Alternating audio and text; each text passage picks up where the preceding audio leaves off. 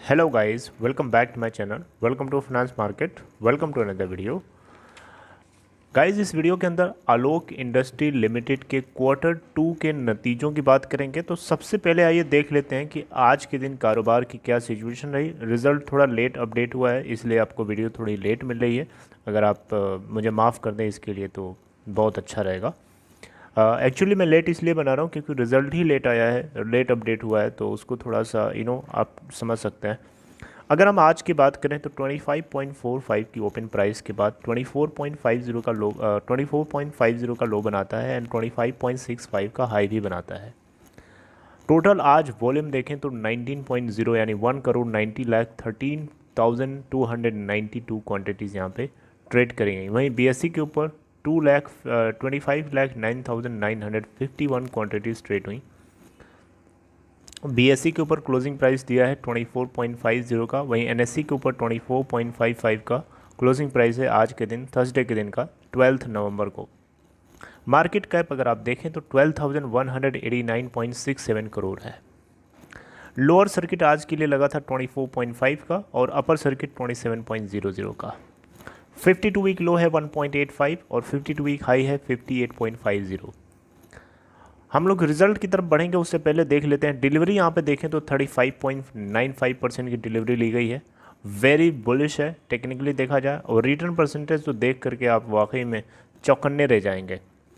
Year till date का return percent देखें तो 704.92% है, एक हफ्ते का 7.44% पॉजिटिव, 1 मंथ का 9.35% पॉजिटिव, 6 मंथ का 145.50% है पॉजिटिव, एक साल का 1227.03% पॉजिटिव, 2 ईयर्स का 679.39% पॉजिटिव, 3 साल का 506.17% पॉजिटिव, 3 महीने का नेगेटिव है 35.39% का।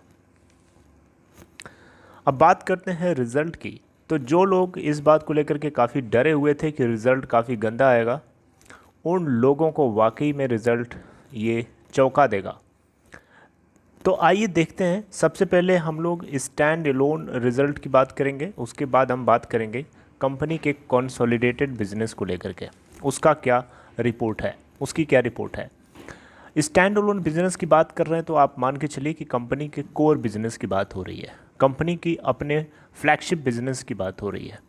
सबसे पहले हम बात करें यहाँ पे, मैं फाइनेंशियल जून क्वार्टर को मैं यहाँ पे कंपेयर नहीं करूँगा क्योंकि जून क्वार्टर के अंदर डेटा वाकई में ख़राब आया था। उसके पीछे कारण भी थे, आपको वो कारण बताने की ज़रूरत नहीं है। एक्सेप्शनल आइटम से उनको बहुत बड़ा लॉस हुआ था, हालांकि इस बार इनको एक्सेप्शनल आइटम से प्रॉफिट हुआ है जिसकी वजह से इनको नेट प्रॉफिट हुआ है।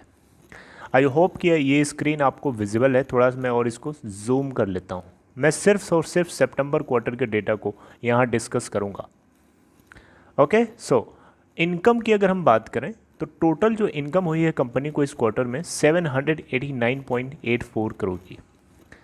एक्सपेंसेस की बात करें तो टोटल एक्सपेंस इनका बनता है इस बार 1260 करोड़।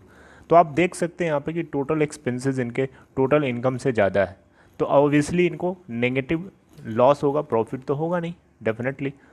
तो यहाँ से लॉस कितने का होता है, सब डिफरेंस ले लेंगे तो आपको पता चलेगा 470.60 करोड़ का। तो यहाँ पे एक्सेप्शनल आइटम से इनको जो गेन हुआ है वो 5023.12 करोड़ का है। तो इस आधार पे अगर हम देखें तो प्रॉफिट इनको जो नेट बनता है वो क्या कैसे बनेगा, लॉस और यहाँ पे जो एक्सेप्शनल आइटम से जो इनको गेन हुआ है दोनों को ऐड कर देंगे तो बेसिकली ओवरऑल अगर आप देखें तो बिफोर टैक्स अगर हम प्रॉफिट की बात करें तो इनको बनता है 4552.52 करोड़ का। टोटल टैक्स एक्सपेंस को अगर आप देखें तो 109.58 करोड़ का है। अगर आप नेट प्रॉफिट आफ्टर टैक्स देखें यानी पैट तो वो है 4442.94 करोड़ का। अब यहाँ पे कुछ और भी चीज़ें हैं जिसको आपको ध्यान में थोड़ा सा देना है।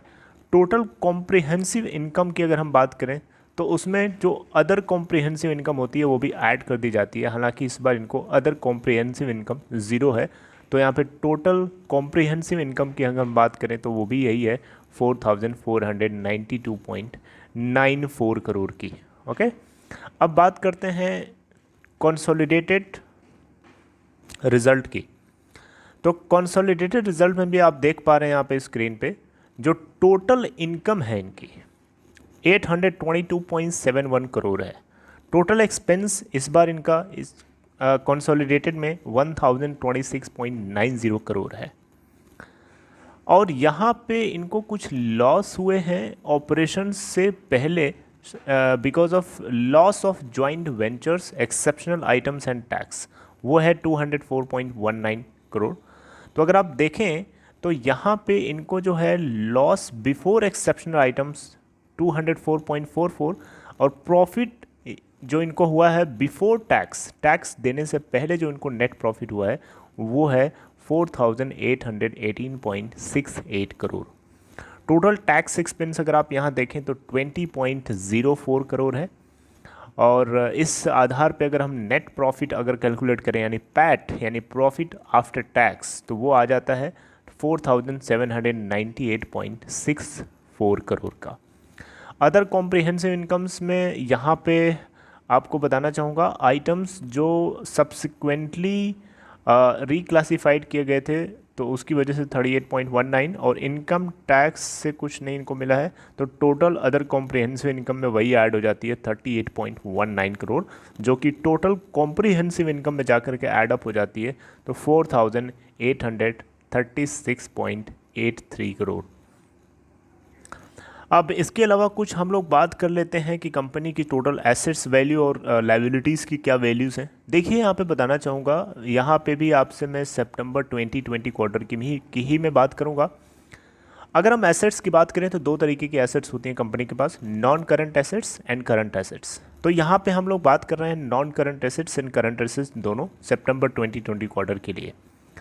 Total non current assets company की निकल के आ रही है 6723.37 करोड़। और वही अगर हम बात करें टोटल करंट एसेट्स की, तो करंट एसेट्स की जो टोटल वैल्यू आ रही है सितंबर 2020 क्वार्टर के लिए 1500.36 करोड़। अगर हम इन दोनों को प्लस कर दें तो 8223.73 करोड़ हो जाती है, जो कि हम बोलेंगे इसको टोटल एसेट्स वैल्यू। अब बात करते हैं इक्विटी एंड लायबिलिटीज़। तो इक्विटी वैल्यू की अगर हम बात करें तो इक्विटी वैल्यू आपको बता देता हूँ सितंबर 2020 क्वार्टर के लिए 17,137.69। ओके, लायबिलिटीज़ की बात करें तो लायबिलिटीज़ में दो तरीके की लायबिलिटीज़ यहाँ पे भी देखी जाती है, non current liabilities and current liabilities. Non current liabilities की जो सितंबर 2020 क्वार्टर के लिए वैल्यू है वो है 22,886.60 करोड़। वहीं अगर हम उसके अलावा जो करंट लायबिलिटीज़ है उसकी बात करें तो 2474.82। अगर हम दोनों को प्लस कर दें तो टोटल लायबिलिटीज़ वैल्यू निकल के आ जाती है 8223.73। तो अगर आप देखें तो टोटल जो एसेट वैल्यू और total liabilities value almost equal हैं दोनों। तो इस तरीके से अब आपको रिजल्ट तो मैंने बता दिया, आपको कंक्लूजन आपको इसका बता देता हूँ। कंक्लूजन क्या है इसका? कंक्लूजन ये है कि कंपनी ने काफ़ी एफर्ट किए थे, कंपनी को प्रॉफिट हुआ है इस बार। प्रॉफिट होने के बहुत सारे कारण हैं, क्योंकि रिस्ट्रिक्शंस हट गए हैं, लॉकडाउन धीरे धीरे खोला गया, तो कंपनी जो है अपने प्रोडक्ट्स को ग्लोबली बेचने में इस बार सक्सेसफुल रही और इनको एक्सेप्शनल आइटम से थोड़ा इस बार गेन हुआ है। हालांकि एक चीज़ के ऊपर इनको कंट्रोल करके रखना वो ये है कि इनको अपने एक्सपेंसेस को काफ़ी ज़्यादा श्रिंकेज उसमें दिखाने पड़ेंगे। अगर एक्सपेंसेस इनके कॉन्ट्रैक्ट नहीं होंगे तो इस हिसाब से इनको जो मार्जिन अमाउंट इनका बनना चाहिए वो नहीं बनना। अगर इनको एक्सेप्शनल आइटम से इनको इस बार बेनिफिट नहीं हुआ होता या लॉस हो गया होता थोड़ा बहुत, जैसा कि पिछले क्वार्टर में काफ़ी 8,000 करोड़ के आसपास लॉस हुआ था, तो अगर थोड़ा सा भी लॉस हो गया होता तो इनको नेट लॉस इस बार बेयर करना पड़ता, प्रॉफिट नहीं दिखता। तो इसलिए एक्सपेंसेस को कंट्रोल करना इस कंपनी के लिए प्रायोरिटी बन जाती है। सो this is all about this video, guys. If you want to share your opinion or any sentiment regarding this, or if you want to share any idea regarding this, if you know, let me know in comment box. If you want to open Demat account or trading account, or if anybody who is in your contact wants to do so, just refer him or go and check the link given in description box to open your account in Upstox. Okay. And if you are new to finance market, please hit the subscribe button and also make sure to press the bell icon to get notifications. All right guys, see you next time.